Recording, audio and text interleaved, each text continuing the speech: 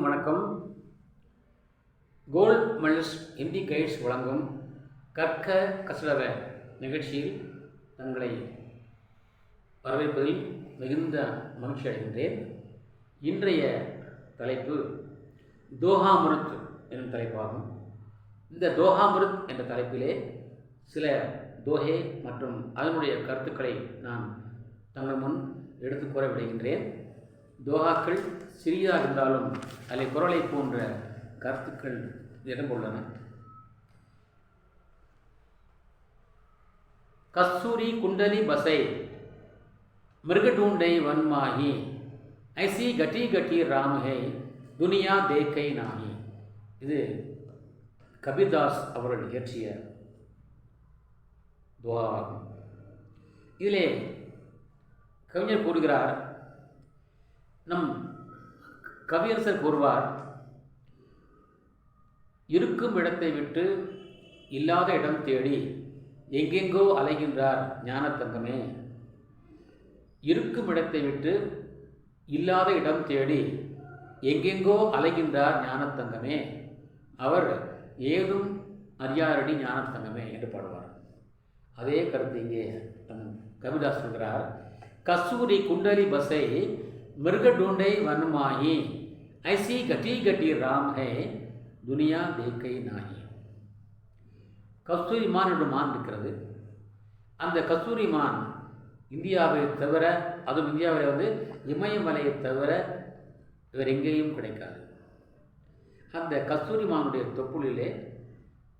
தொப்புளுக்கு அடியிலே எப்படி ஆண்களுக்கு விந்து போயிருக்கிறதோ அதுபோல் அதுக்கு கஸ்தூரி பையில் இருக்கும், தொப்புளுக்கு அடியில் இருக்கும்.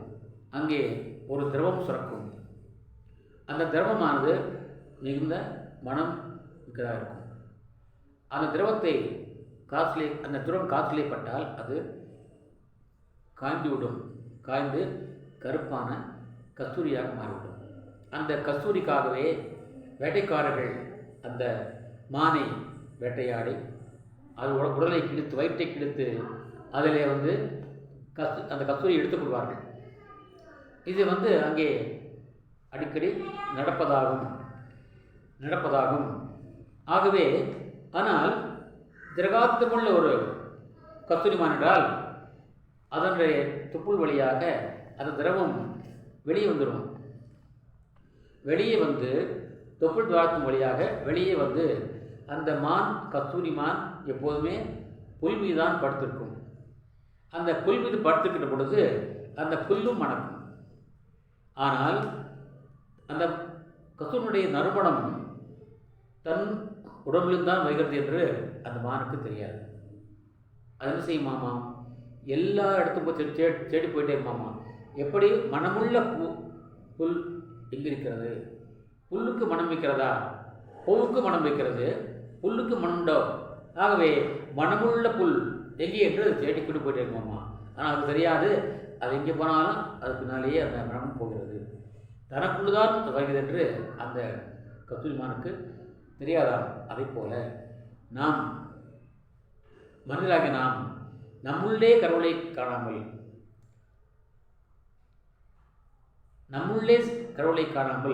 நாம் கடவுளை தேடி அலைகின்றோம். அது வேண்டாம். உங்கள் உள்ளுக்குள்ளேயே இறைவனை காண்கிறார். கஸ்தூரி குண்டலி பசை. குண்டலி என்றால் தொப்புளுக்கு உள்ள பகுதி. அதை யோகா இருக்கிறது. குண்டலினி யோகா என்று பெயர். அந்த குண்டலி என்பது உயிர் நாடி. அந்த உயிர் நாடியானது தொப்புளுக்கு இருக்குமாமா. அது எப்படி அந்த பாம்பாட்டினுடைய அந்த பெட்டிக்குள்ளே பாம்பு சுருண்டு படுத்திருக்குமோ அதுபோல் அந்த குண்டலி கீழே படுத்திருக்குமா.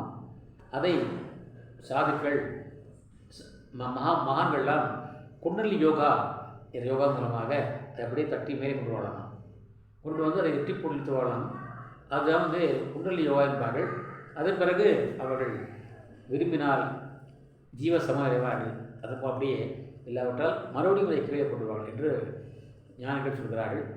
அது நான் இன்னொரு நாள் விளக்கின்றேன். கபீர் காவிய அது நான் அவர்களுக்கு விளக்காசப்படுகின்றேன். தற்பொழுது இதனுடைய விளக்கம் சொல்கின்றேன். கஸ்தூரி குண்டலி பசை குண்டலிக்குள்ளேயே தொப்புளுக்கடியிலேயே வந்து கஸ்தூரி இருக்கிறது வசை. ஆனால் மிருகு மான் ढूंढे वन माही वन में ढूंढता है वन में खोज करता है. காட்டிலே போய் தேடுகிறது, எங்கடா புல் இருக்கிறது, எங்கே வாசம் வீசும் புல் என்று தேடுகிறது. அதுபோல ஐசி கட்டி கட்டி ராம் ஹே, ஒவ்வொரு மன்னனுடைய உடம்பிலும் கடவுள் இருக்கிறார். ராம் என்றால் இங்கே வந்து சீதாராமனோ தசரராமனோ கிடையாது, துளசிதாசர் ராமன் கிடையாது. காட் என்ற வார்த்தைக்கு அவர் ராம் என்கிறார் கபிதாசர். கட்டி கட்டி ராம் ஹே, ஒவ்வொரு உடம்பிலும் ராமன் இருக்கிறார். ஆனால் துனியா தேக்கை நாகி, உலகம் அதை பார்க்க மறுக்கிறது. என்ன செய்கிறது? தேடி ஓடுகிறது. ஊரூராக காசி என்றும் ராமேஸ்வரம் என்றும் பழனி என்றும் திருப்பதி என்றும் ஓடி அலைகிறது. ஆனால் நீங்கள் உங்களுடைய கடவுளை உங்கள் உள்ளத்தினுள்ளே காணுங்கள் என்கிறார் கபிதாசர். இருக்குமிடத்தை விட்டு இல்லாத இடம் தேடி எங்கெங்கோ அலைகின்றார் ஞானத்தங்கமே, அவர் ஏதும் அறியாதடி ஞானத்தங்கமே பாடுவது போல கஸ்தூரி மான் தன்னுக்குள்ளேயே அந்த கஸ்தூரி இருந்தாலும் அதை அறிந்து கொள்ளாமல் தேடி ஓடுகிறது. அதுபோல் நாங்கள் ஓடுகிறோம். அப்படி ஓட வேண்டிய அவசியம் இல்லை என்கிறார் கபிதாசர். அடுத்தது கேசன் கஹா பிகாரியா ஜோ மூண்டை சௌபார் மன்கோ கியோ நகி மூண்டியே ஜாமே விஷய விகார். நான் ஒரு சிறு வயதிலே ஒரு சொற்பொழி கேட்டேன். ஒரு சொற்பொழிவாளர் மேடையில் பேசினார். அவர் எந்த கட்சிக்காரர் எனக்கு அந்த வகையில் தெரியாது. இருந்தாலும் அந்த பேச்சு எனக்கு நன்றாக நினைவிருக்கிறது. அவர் சொல்கிறார், வேண்டுதல் என்று எல்லோரும் திருப்பதிக்கோ பழனிக்கோ தான் விரும்பிய கோயில்களுக்கு முடி கொடுக்கிறார். ஏன் முடி கொடுக்க வேண்டும்? கையை தரலாம் அல்லவா, விரலை தரலாம் அல்லவா என்று அவர் கேட்டார். யாரும் அது பதில் சொல்லவில்லை. யார் பதில் சொல்வார்கள்? அது அவரே பதில் சொன்னார், முடி கொடுத்தால் முடி மீண்டும் முளைக்கும், ஆனால் விரலை கொடுத்தால் விரல் மீண்டும் முளைக்குமா? முளைக்காது இல்லையா? அதுபோல தான் ஆகவே தான் அவர்கள் என்ன செய்கிறார்கள், முடியை தருகின்றார்கள் என்று அவர் பேசினார். அது ஒரு பக்கம் இருக்கட்டும், நாம் அங்கே செல்ல வேண்டிய அவசியம் இல்லை. இங்கே அவர் அதாவது நாட்டிலே எத்தனையோ மூட நம்பிக்கை இருக்கின்றன. அதை நீக்கி வந்ததற்காக போராடினார் கபிதாசர். கபிதாசர் பக்தர் மட்டுமல்ல, மிகப்பெரிய சமூக சீர்திருத்தவாதியும் கூட. அவர் சொல்கிறார், கேசன் கஹா பிகாரியா. இப்பொழுது நம்ம உடம்பிலே ஏதாவது ஒரு சிரங்கோ சொரியோ வந்துவிட்டது, நம்ம என்ன செய்கிறோம்? அதை மருந்து போட்டு அதை களைகிறோம். உடம்பில் அழுக்கு இருக்கிறது, அப்போ என்ன செய்கிறோம்? சோப் போட்டு கழுவி அதை களைகிறோம். அதுபோல் முடியை களைகிறீர்களே, உனக்கு அந்த முடி உனக்கு என்ன கெடுதல் செய்தது? சொறி சிரங்கு நமக்கு கெடுதல் செய்யும், அழுக்கு நமக்கு கெடுதல் செய்யும். ஆகவே அதை களைகிறோம். ஆனால் உன்னுடைய முடி உனக்கு என்னப்பா கெடுதல் பண்ணுச்சு? அதை ஏன் அடிக்கடி களைகிறாய், அதாவது மொட்டை போடுகிறாய்? கேசன் கஹா பிகாரியா ஜோ மூண்டை சௌபார். உனக்கு என்னப்பா கெடுதல் செய்தது? அந்த தலைமுடி. அதை அடிக்கடி மொட்டை அடிக்கிறாயே. மூண்டை சௌபார், சௌபார்னா 100 முறை. அதற்கு பதிலாக மன்கோ சோனை மூண்டியே, மனதை களையுங்கள், மனதிலுள்ள கலையை களையுங்கள், மனதிலுள்ள கெட்ட எண்ணங்களை களையுங்கள். ஏனென்றால் அங்குதான் நிறைய விகாரங்கள் என்றால் அருளக்கத்தக்க கெட்ட எண்ணங்கள் என்ற அழுக்கு அங்கே நிறைய இருக்கிறது. அதை முதலில் களையுங்கள், அப்புறம் நீங்கள் தலை முடியை களையலாம் என்கிறார். இது கொஞ்சம் ஒரு மாதிரி இருந்தால் கூட இங்கே சிறந்த ஒரு கருத்தை பார்க்கலாம். மண்ணில் தான் நிறைய அழுக்கு இருக்கிறது, கலகம் இருக்கிறது. விஷய விகாரமான தேவையற்ற பிறருக்கு தீங்கு ஏற்படுத்தக்கூடிய களங்கம் கலைகள் நிறைய இருக்கின்றன மனதுக்குள்ளே. அந்த மனதை நீங்கள் முட்டையிடுங்கள், அந்த மனதை நீங்கள் களையுங்கள். அதை செயல்படுத்துங்கள், ஏன் அதை செய்வதில்லை என்று கேட்கிறார். மண்கோ கியோன்னையும் மூண்டியோ, மனிதனுடைய களங்கத்தை ஏன் நீங்கள் களைவதில்லை, அந்த முடியை களையுங்கள், தலைமுடியை களைய வேண்டிய அவசியம் இல்லை என்கிறார். ஜிஸ்மே விஷய விகார். அதனால் இங்கே அவர் இந்துக்களுடைய இந்த மூடநம்பிக்கை பற்றி கொஞ்சம் கடுமையாக சொல்லியிருக்கிறார். அதே போல் அவர் நான் சொல்லிக்கிறேன் சமூக சீர்திருத்தம், சமாஜ் சுதார் என்று சொல்லியிருக்கிறேன். பக்தர் மட்டுமல்ல, எங்கெல்லாம் அவர் மூடநம்பிக்கையை கண்டாரோ அங்கெல்லாம் அவர் சாடுகிறார். அடுத்ததாக இஸ்லாமியர்கள் சொல்லுவார்கள், நீங்கள் நகரங்களில் போனால் அங்கெல்லாம் வந்து உங்களுக்கு மாஸ்க் என்ற மசூதி இருக்கும். அந்த மசூதியை செல்லும்போது அங்கே காலை நீங்கள் பார்த்துப்பீர்கள், விடிய காலை 4:45 மணிக்கு அவர் அங்கே அந்த முல்லா என்பார்கள், அவர்கள் கூவார், அல்லாஹோ அப்பன் கூவார். 4:45 மணிக்கு அந்த உலகம், அந்த ஊர் எல்லாமே வந்து அதை கேட்டு விழித்து கொள்ளும். உடனே அந்த அவர்கள் வந்து மசூதிக்கு தொழ போவார்கள். அதுக்கு அந்த சில கிராமங்களிலே என்னவென்றால் அப்படி அந்த மசூதிகள் இருக்காது. ஆகவே என்ன செய்வார்கள், கற்களை அப்படியே ஒன்றாக அடுக்கி வைப்பார்கள். கற்களை ஒன்றாக அடுக்கி வைப்பார்கள்.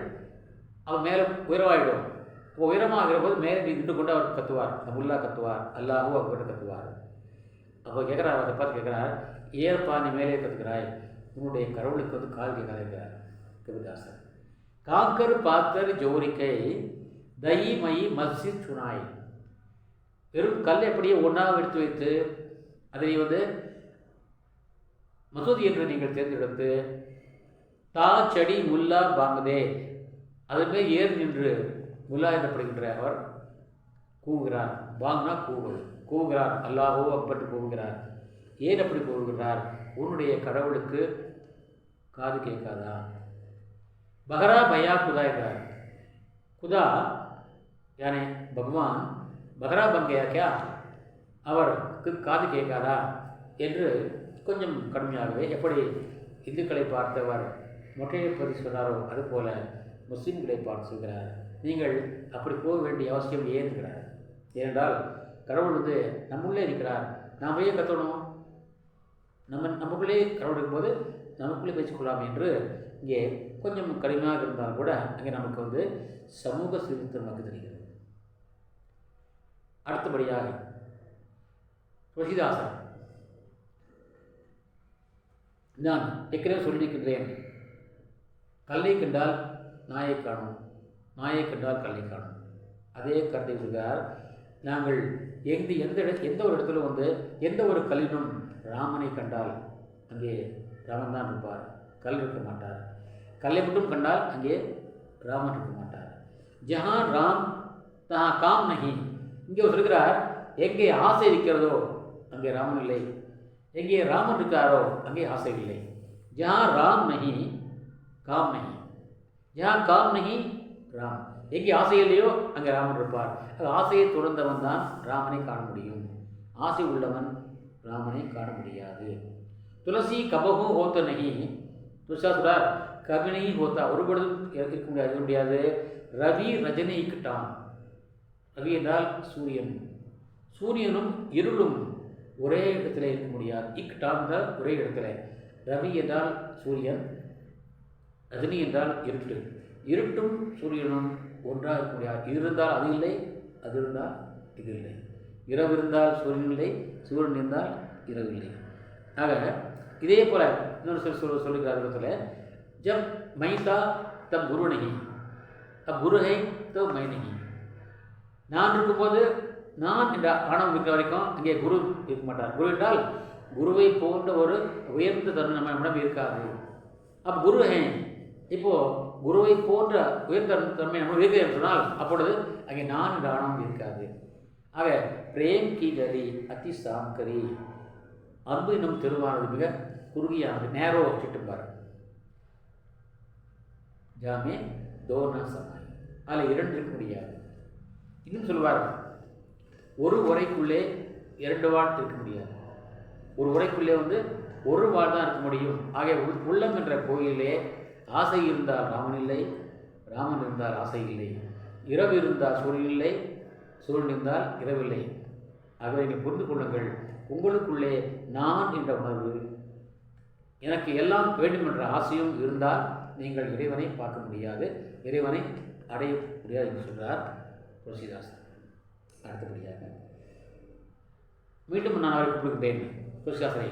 முக்கியா முக்ஸோ சாகியே, मुखिया मुक्सों चाहिए कान पान को एक, मुखिया मुक्सों चाहिए कान पान को एक, पाले पोसे सकल अंग, पाले पोसे सकल अंग, तुलसी सहित विवेक, तुलसी सहित विवेक. உதாரணமாக நமக்கு முழங்காலே அடிபட்டது, நான் என்ன செய்கிறோம், அதுக்காக நிறைய ஆயில்மெண்ட் இருக்கிறது, அதை நம்ம தேய்க்கிறோம். எங்கே தேய்க்கிறோம்? உடம்பு புறாமல் தேய்க்கிறோம், முழங்காலுக்கு மட்டும்தான் தேய்க்கிறோம். ஏனென்றால் அங்கே தான் வலி இருக்கிறது. சரி, காலிலே முள் குத்துகிறது, காலிலே காயம் வைக்கிறது, ஆனால் கண்களிலே கண்ணீர் வடிக்கிறது. ஏன் கண்ணீர் வைக்கிறது? ஏனென்றால் அந்த வேதனையை நமக்கு கண்கள் தான் கண்ணீராக காட்டுகிறது.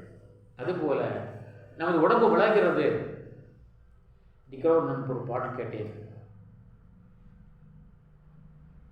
உயிர் கொடுத்த தந்தை இங்கே, உரு கொடுத்த அன்னை இங்கே ஒரு பாட்டு கேட்டேன்.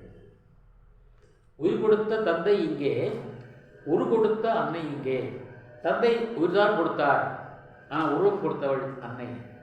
அந்த உருவம் எப்படி கொடுத்து வந்தது? நமக்கு தாயார் சீராட்டி பால் ஊட்டி வளர்க்கிறார். அந்த பால் உடம்பிலே நம் உடம்பை வளர, அளவுறச் செய்ய, மிளிரச் செய்ய உதவுகிறது. அதுபோலத்தான் உணவும். குழந்தையிலே பால், தாய்ப்பால், அது பிறகு உணவு. சரி, உணவு நாம் எங்கே உட்கொள்கிறோம்? வாயிலே. இப்போ வாயிலே உட்கொள்ள உணவானது, அந்த உணவால் வாய் மட்டும் விளைகிறதா? முழங்காலே வலி என்றால் முழங்காலுக்கு நாங்கள் வாய் மட்டும் கொள்கிறோம், சரியா போகுது. ஆனால் வாய் சாப்பிடுகிறதே, வாய் மட்டும் விளைகிறதா? இல்லை, உடம்பு எல்லாமே விளைகிறது. உடம்புக்கு காய்ச்சல், வாய்க்கு காய்ச்சல் கிடையாது, உடலுக்கு காய்ச்சல். மருத்துவர் சொல்கிறார், நீ பத்தியம் இருக்க வேண்டும், 3 நாட்களுக்கு நீங்கள் சாதம் சாப்பிடாதீர்கள், வெறும் பால், ரொட்டி, பழம் சாப்பிடுங்கிறார். அதை பத்தியம் என்பார்கள். கிராமத்தில் வந்து வைத்தியர்களாம் பத்தியம் என்பார்கள். அந்த பத்தியத்தை வாய் ஏற்றுக்கொள்கிறது. ஏற்றுக்கொண்டு நம்முடைய உடம்பு நோயது தீர்க்கிறது. ஆக வளர வேண்டுமா? அதற்கும் வாய் தேவைப்படுகிறது. வலி நீங்க வேண்டுமா? அதற்கும் வாய் தேவைப்படுகிறது. இப்படி நம்மை காக்க, நமக்கு எந்த ஒரு தீங்கு வந்தாலும் அதை சரி செய்ய வாய் இருப்பது போல, நமக்கு ஒரு குறை வந்தால் அதை தீர்க்க ஒரு தலைவன் வேண்டும், அரசன் வேண்டும். அவன் குடும்ப தலைவனோ அல்லது நாட்டின் தலைவனோ யாராக இருந்தாலும் சரி, அவன் யாரை பிறகு வேணும்? வாயை போல் இருக்க வேண்டும். வளர வேண்டுமா? நல்ல உணவுகளை, ஊட்டச்சூழல்களை அவன் உண்ண வேண்டும், அந்த வாய் உண்ண வேண்டும். உடல் சரியில்லையா? பத்தியமும் அதுவே இருக்க வேண்டும். வாய்க்கு எந்த நோயும் கிடையாது, உடம்புக்குத்தான் நோய். ஆனால் வாய் என்ன செய்கிறது? பத்தியம் இருக்கிறது. அதுபோல ஒரு மன்னன் தன் மக்களை ஆள வேண்டும். அதை போல வாயை போல. मुखिया मुक्सों चाहिए, ஒரு தலைவன் मुख के समान होना चाहिए. एक राजा को मुख के समान होना चाहिए. ஒரு தலைவன் வாயை போல் இருக்க வேண்டும். கான் பான் கோ ஏக், அது ஒன்றுதான்.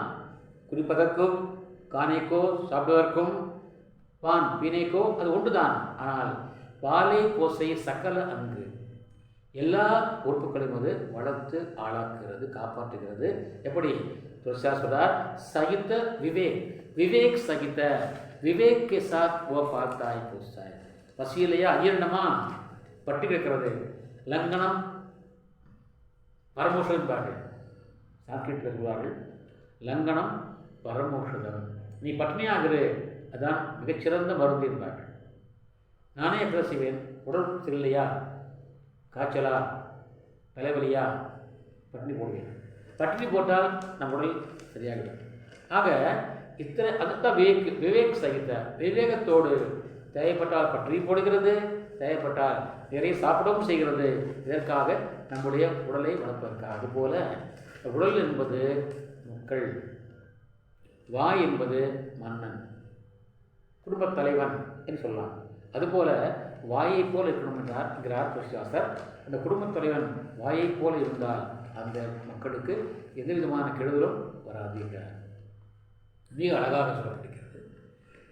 முக்கியா முக்ஸோ சாயே கார்பான் கொய்யே பாலை போசே சக்கல் அங்கு துளசி சகித்த தேவ். அடுத்ததாக ரஹீம், அப்துல் ரஹீம் கான்கானா அவர் முழு பெயர். பாஷா அக்பருடைய தோழர். ரஹீமான் கட்டின் चिता ते चिंता को चित देत चिता दगती निर्जीव को चिंता जीव समेत चिंता जीव समेत. எல்லாரும் சொல்கிறார்கள் கவலைப்படாதே, கவலையை விடு, சிரித்து கொண்டே இருக்கிறார். இடுக்கண் வருங்கால் நகுக என்கிறார் வள்ளுவர். இடுக்கண் வருங்கால் நகுக, உனக்கு கஷ்டம் வரும்போது நீ சிரிக்க வேண்டும். ஆக கஷ்டத்தை நீங்கள் கவலைப்படக்கூடாது. அந்த கவலைப்பட்டால் அந்த கஷ்டம் என்ன சொல்கிறார். உதாரணமாக இந்த உடம்பு வடுத்து விடுகிறது, அதாவது இந்த உடல் இறந்து விடுகிறது, உடலை விட்டு உயிர் சென்று விடுகிறது. அப்போ என்ன செய்கிறார்கள், அந்த உடலை எடுத்துட்டு போய் சுடுகாட்டிலே மரக்கட்டையை வைத்து அதை எரிக்கிறார்கள். அந்த மரக்கட்டை, அந்த நெருப்பு இறந்து போகிற உடலை மட்டும்தான் இருக்கும். ஆனால் கவலை இருக்கிறதே, அது உயிர் இருக்கும்போதே வச்சுருக்கிறார். நிறைய பேர் பார்த்துருப்போம், ஐயா என்னங்கய்யா போன மாதம் பார்த்து நீங்கள் நல்லா இருந்தீங்க, இப்படி அழைச்சி போட்டீங்க என்று கேட்குறோம். அப்போ சார் என்னப்பா செய்கிறது, எல்லாம் ஒரு கவலை, அல்லது என்னப்பா செய்கிறது, ஒரே நோயின் காரணமாக மனக்கவலை, மனக்கவலையின் காரணமாக நோய் அப்படின்னு சொல்கிறார்கள். மனக்கவலையின் காரணமாக நோய் என்பார்கள், நோயின் காரணமாக மனக்கவலை. அக்கவலையை நம்முடைய உள்ளத்துக்குள்ளே கவலைக்கு இடம் கொடுத்து விட்டால் அந்த கவலையானது நம்முடைய உடலை எரித்துவிடும். என்றால் எரிக்காது, அதாவது சுருக்கிவிடும், உருக்கிவிடும். அதனால் நம்முடைய உள்ளத்தை கவலைக்கு இடம் தரக்கூடாது என்கிறார் ரஹீம். रहीम कठिन चिता ते चिता से कठिन है चिंता. चिंता கவலைக்கு நம்முடைய சித்து தேத்து உடம்புல இடம் கொடுத்தால் சித்தா கோ சித் தே, கவலையை நம்முடைய சித்தத்திலே உள்ளத்திலே இடம் கொடுத்தால் அது சிதை விட கடுமையாகுமா. கட்டின் சித்தான் தே, சித்தா என்றால் சிதை, சிதை விட கடினமானது. ஏனென்றால் சிதா தகத்தி நிர்ஜீவுக்கோ, சிதையானது அந்த நெருப்பானது என்ன செய்யும், உயிர் போயிட்டோட மட்டும்தான் இருக்கும். ஆனால் சிந்தா கவலை இருக்கிறதே அது ஜீவ சமேத, உயிர் இருக்கும் போதே எரிச்சுடும். அதனால் உடம்புலே நீங்கள் மக்களே, நீங்கள் மகளிலே கவலைக்கு இடம் தராதீர்கள். என்றால் அந்த கவலையானது உங்களை எரித்துவிடும், சாகாமலே எரிச்சுவிடுமா. அது கொடுங்கள். அடுத்த சார் ரஹிமன் வேணர மர்ச்சுக்கே ஜோ ககு ஜமாங்கன் ஜாகி உன்தே பகலே வே முயே ஜின்முக் நிக்சத்து நாகி. இங்கே கொடையின் சிறப்பு பற்றி சொல்கிறார். கொடையின் சிறப்பு சொல்கிறார். Rahiman வேணர மர்ச்சுக்கே Joe ககு மாங்கன join. நான் ஏற்கனவே சொல்லிக்கிறேன், ஏற்பது இகழ்ச்சியை சொல்லிக்கிறேன். இறப்பதை விட இறப்பதே மேல் என்று நான் சொல்லிக்கின்றேன். இங்கே சொல்கிறார் ரஹிமன் வேணர மர்ச்சுக்கே ஜோ ககும் மாங்கன்னு ஜாகி. எங்கேயாவது யாரிடமாவது எதையாவது கேட்க போனால் அந்த மனிதர்கள் ஏற்கனவே இறந்தவர்கள் ஆகிறார்கள். ரஹிமன் வேணர மர்ச்சுக்கே ஜோ ககும் மாங்கன்னு ஜாகி. எங்கேயாவது கேட்க போனால் அவர்கள் அப்பொழுது இறந்தவராவார்கள். ஆனால் அப்படி வருகின்றவர்களை பார்த்ததும் யாருடைய முகத்திலே ஜின்முக்க நிக்சத்த வார்த்தை வருகிறது. எதை வார்த்தை வருகிறது, இல்லையப்பா தருவதுக்கு ஒன்றும் இல்லையப்பா,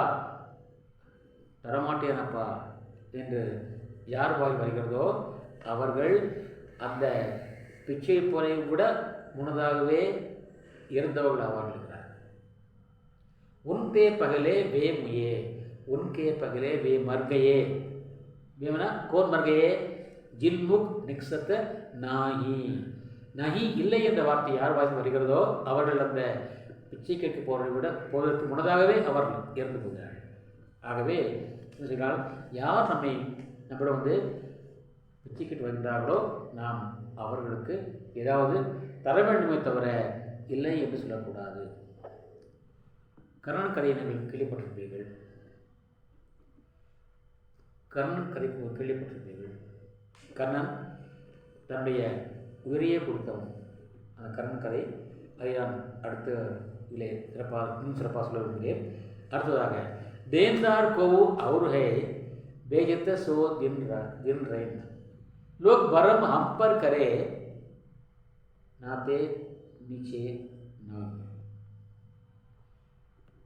देनदार को और है ரஹீம் அவர்கள் அவர் அறிஞர், முதல்வர், தளபதி, அட்வைசர் எல்லாமே அவர்தான்.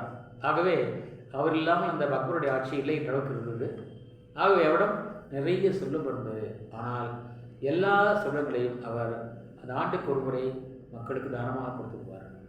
ஆகவே மக்கள் அவரை அந்த காலத்தில் கர்ணன் என்பார்கள். மக்கள் அவரை பார்த்து கர்ணன் என்று சொல்வார்கள். இன்றைக்கு நாங்கள் நிறைய பேர் பார்க்குறோம்.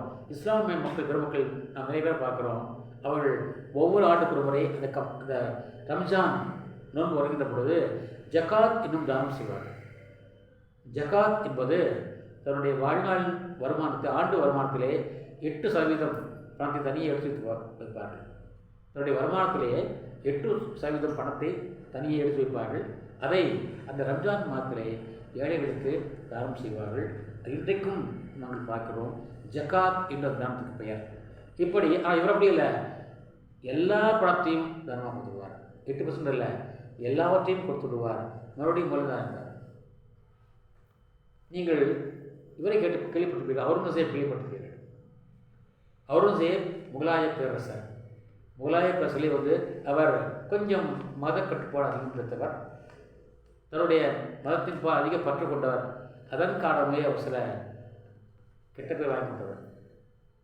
உதாரணமாக சிவாஜி, அவுரங்கசீப் அந்த மோதல் நீங்கள் கதை வரலாற்றை படித்திருக்கலாம். ஆனால் தனிப்பட்ட முறையிலே பார்த்தோம்னால் அவருடைய வாழ்க்கையை ஃபகீரானா ஜிந்தகி என்பார்கள். அவர் வாழ்க்கையை ஃபகீரானா ஜிந்தகினால் துறவி போன்ற வாழ்க்கையை வந்தார். துறவி என்றால் என்ன அர்த்தம்? முற்றும் துறந்தவன் தான் துறவி. ஒருவேளை 3 வேளை சாப்பிடுவன் போகி என்பார்கள். 3 வேளை சாப்பிடுகிறவன் ரோகி என்பார்கள். 2 வேளை சாப்பிடுகிறவன் போகி என்பார்கள். 1 வேளை சாப்பிடுகிறவன் யோகி என்பார்கள். 1 வேளை சாப்பிடுகிறவன் யோகி, 2 வேளை சாப்பிடுகிறவன் போகி, 3 வேளை சாப்பிடுகிறவன் ரோகி என்பார்கள் பெரியவர்கள். ஆனால் அவுரங்கசீப் அவர்கள் தினந்தோறும் தன்னுடைய அந்த வேலை முடித்த உடனே, எந்த பணி, அரசாங்க பணிகளை, அரசவை பணிகளை முடித்த உடனே நேராக எங்கே செல்வார் தெரியுமா? மசூதி செல்வார். மசூதிக்கு செல்வார். அங்கே சென்று அங்கே வருகின்ற அந்த பக்தர்களுடைய, மசூதிக்கு தொழ வைக்கின்ற பக்தர்களுடைய ஷூக்களை, செருப்புக்களை தேய்த்து கொடுப்பார், பாலிஷ் போடுவார், தைத்து கொடுப்பார். அதில் வருகின்ற பணத்தை வச்சு தான் அவர் சாப்பிடுவார். டெல்லிக்கே மதனாக இருந்தாலும் அவர் அந்த பணத்தை தான் சாப்பிடுவார் தவிர கஜானா ஒரு பைசா எடுக்க மாட்டார் என்று அவரை பற்றி சொல்வார். அதான் ஃபகீரானா ஜிந்தகி என்று சொல்வார்கள்.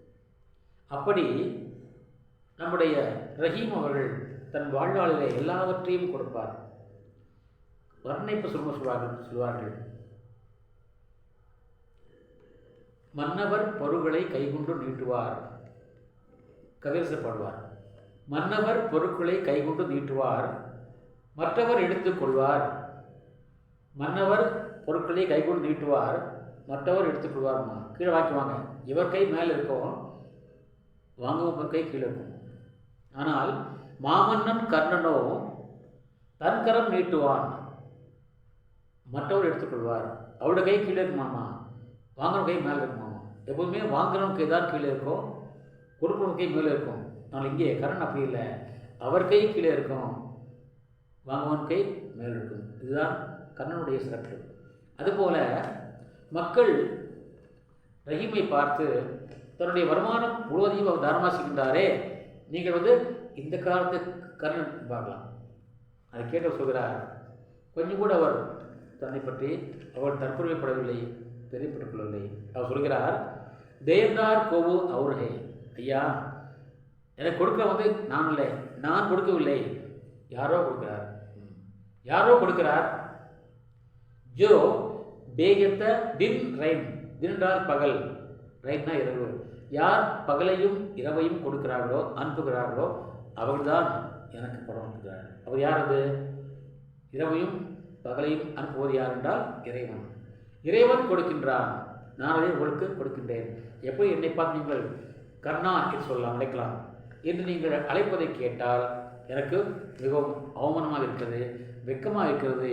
ஆகவே நான் என் தலையை குறிகின்றேன் என்கிறார். லோக பரம் அம்பர்கரே, பிரம என்பார்கள். பிரம என்றால் இல்லாததை இருப்பதாக எண்ணிக்கொள்வது, அதே பிரமை என்பார்கள். ஆனால் என்னை பார்த்து பிரமையாக கர்ணன் என்கிறார்கள். வேண்டாம், நான் கர்ணன் அல்ல என்று சொன்னபோது எனக்கு வெக்கமாக இருக்கிறது. நான் வெக்கத்தாலே என்னோட தலையை தாழ்த்தி கொள்கின்றேன். நீச்சோ நைன், என்ன கண்கள், கண்களையால் தலையை தாழ்த்தி கொள்கின்றேன். ஆகவே என்ன நீங்கள் கர்ணா என்று நீங்கள் சொல்லாதீர்கள் என்று இங்கே எவ்வளவு அடக்கமாக எவ்வளவு பணிவாக சொல்கிறார் பாருங்கள். இது போன்ற ஒரு பணிவு ஒரு மனிதனுக்கு இருந்தால் அவன் உயர்ந்து விடுவான். அடுத்ததாக ரஹீம், அடுத்ததாக விருந்தவர்கள். இங்கே பயிற்சி அப்துல் கலாம் அவர்கள் சொல்வார்கள், முயற்சி எடு, முயற்சி எடு, முடியாவிட்டால் பயிற்சி எடு, பயிற்சி எடுத்தார்.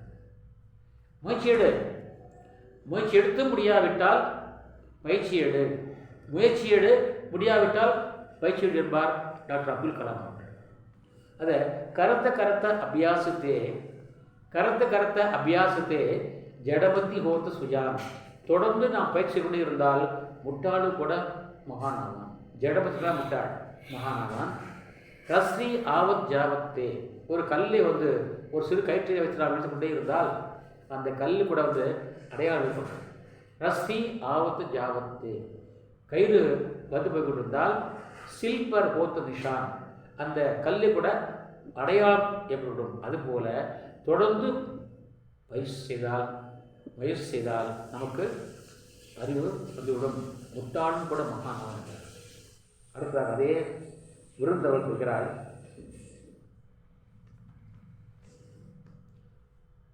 இங்கே கவிரச நான் மீண்டும் கூப்பிடுகிறேன். கவிரசரை, உயர்ந்த இடத்தில் இருக்கும்போது உலகம் உன்னை மதிக்கும். உன் நிலைமை கொஞ்சம் திரும்பி வந்தால் நிழலும் கூட இருக்கும். உயர்ந்த இடத்தில் இருக்கும்போது உலகம் உன்னை மதிக்கும். உன் நிலைமை கொஞ்சம் இறங்கி வந்தால் நிழலும் கூட இருக்கும். மதியாதார் தலைவாசல் மிதிக்காதே என்று, மதியாதார் தலைவாசல் மிதிக்காதே என்று மானமுள்ள மனிதனுக்கு அவை சொன்னது. மானமுள்ள மனிதனுக்கு அவை சொன்னது, அது அவை சொன்னது, அதில் அர்த்தம் உள்ளது. பரமசிவன் கழுத்திலிருந்து பாம்பு கேட்டது, கருடா சௌக்கியமா. பரமசிவன் கழுத்திலிருந்து பாம்பு கேட்டது, கருடா சௌக்கியமா. யாரும் இருக்கும் இடத்தில் இருந்து கொண்டால் எல்லாம் சௌக்கியமே, யாரும் இருக்கும் இடத்தில் இருந்து கொண்டால் எல்லாம் சௌக்கியமே என்று அந்த பாம்பு சொன்னதாமா. யாரும் இருக்கும் இடத்தில் இருந்து கொண்டால் எல்லாம் சௌக்கியம் என்று சொல்லிச்சாமா. அதுக்கு என்று கருடன் சொன்னது. இதில் அர்த்தம் பார்க்க அப்படி சொன்னார். அப்பனி அப்பனி டவுர்ப சோபா லகத்த விஷயம். யாரும் தத்தம் இடத்துல இருந்தால் அப்பொழுது விசேஷ அழகு தரும். இடம் மாறினார் அழகு தராது. உதாரணமாக சொல்கிறேன். 10 ரூபாய் போட்ட கப்பரம் வாங்குகிறோம். அந்த கப்பரம் எங்கே போகிறது? பகவானுடைய பூஜை அறைக்கு போகின்றது. 10,000 ரூபாய் போட்டு நம்ம செருப்பு வாங்குகிறோம், அதுக்கு பூஜை அறைக்கு வருமா? அது 10,000 ரூபாய் காரணம் கூட ஒரு பூஜை வைக்க முடிக்க முடியுமா? எங்கே போயிருப்போம்? வெளிதான் வரும் என்று இது என்னுடைய கருத்து. அதே போல விருந்தமிழ் சொல்கிறார், சிகப்பா இருக்கு என்பதற்காக சிகப்பா பொண்ணு வேணுமா, சிகப்பாக பரவாயில்லைங்கிறோம். சரி, மருதாணி சிகப்பாக இருக்கிறது, கண்மை எப்படி இருக்கிறது, கருப்பாக இருக்கிறது. சரி, சிவப்பு என்பதற்காக மருதாணியை கண்ணில் போட்டுக்க முடியுமா? கருப்பு என்பதற்காக கண்மையை வந்து காலிலே போட முடியுமா? எது அழகு? மருதாணி காலில் இருந்தால் அழகு, கண்மை கண்ணில் இருந்தால் அழகு. ஆக அதாவது எங்கே வேணுமோ அங்கே இருந்தால் தான் எனக்கு அழகு. யாரும் இருக்கும் இடத்தில் இது கொண்டால் எல்லாம் சௌக்கியமே கருடன் சொன்னது. அதில் அர்த்தமுடைய என்று புரிஞ்சப்படுறார். अपने अपनी टौर पर जगर पर शोभा लगत விஷயம். அவங்க இடத்துல என்ன மதிப்பு? சரண் மகாவரிகி பலோ. சரண்டா காலில், பாதங்களுக்கு வந்து மகாவரால் மருதாணி, மருதாணி தான் மேலானது, சிறந்தது. நைனன் கண்களுக்கு அஞ்சன் ரே, அந்த கண்மையாக தான் கொண்டு போடுவாங்க. பார்த்தீங்க நீங்கள் இங்கே போடுவாங்க கண்மையால் வந்து எனக்கு நான் நிற்க நான் சின்ன போடுவாங்க. நைனன் அஞ்சன் ரேக்கும்பாங்க, கண்மையாக கொண்டு போடுவாங்க. கண்மை கருப்பாக இருந்தாலும் அது கண்களுக்கு, மருதாணி சிகப்பாக இருந்தாலும் அது கால்களுக்கு கைகளுக்கு விரல்களுக்கு தான், அதை கல்லில் வைக்க முடியாது. அதுபோல் எந்த ஒரு பொருளாக இருந்தாலும் அது எங்கே இருக்கணும் அங்கே இருந்தால் தான் அதுக்கு மதிப்பு. தான் பண்ணார், யாரும் இருக்கும் இடத்தில் இருந்து கொண்டால் எல்லாம் சௌக்கியமே கருடன் சொன்னது.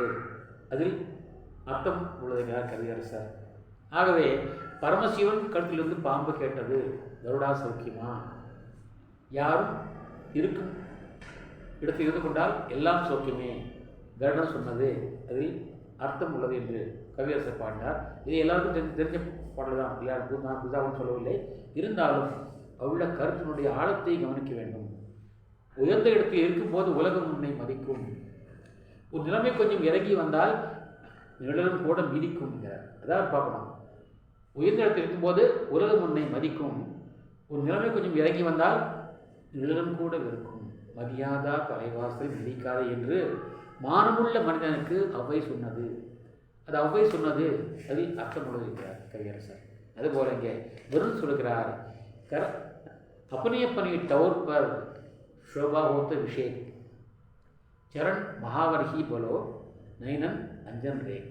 चरण महावर ही बोलो, பாதங்களுக்கு மருதாணி தான் பெட்டர், நல்லது. நைனன் அஞ்சன் ரே, கண்களுக்கு வந்து கண்மை தான் தேவை தவிர அங்கே மருதாணி தேவையில்லை. அதுபோல் எதுவும் எந்த ஒரு பொருளாக இருந்தாலும் அது இருக்கும் இடத்துல இருக்க வேண்டும். 10 பைசா போட்டு ஒரு கப்பரம் வாங்கினா கூட அது வந்து பூஜைக்கு தான் இருக்கணும். அதே போல் 10,000 ரூபாய் கூட செருப்பு வாங்க கூட வந்து வெளிதான் பண்ணணும். இதுபோல் அவரவர் இடத்துல இருந்து கொண்டு நலம் பெற வேண்டும் என்று இங்கே விருந்தவர் சொல்கிறார். இதுபோல் இன்னும் நிறைய நான் துவாக்களை இந்த துவாமிருத்த தலைப்பிலே நான் உங்களுக்கு தொடர்ந்து கவனிக்கின்றேன். இத்துடன் இந்த துவாமிருத்த விஷயை வந்து நிறைவு செய்து நாளை அடுத்தது சூர் சுதா என்ற தலைப்பிலே தங்களுக்கு என்னுடைய கருத்துக்களை, அவருடைய கருத்துக்களை என் வாயிலாக நான் சொல்லியிருக்கின்றேன். அதுவரைக்கும் உங்களுக்கு நன்றி கூறி விடைபெறுவது உங்களின் ஆர். சுந்தரராஜன், திருப்பூர். நன்றி.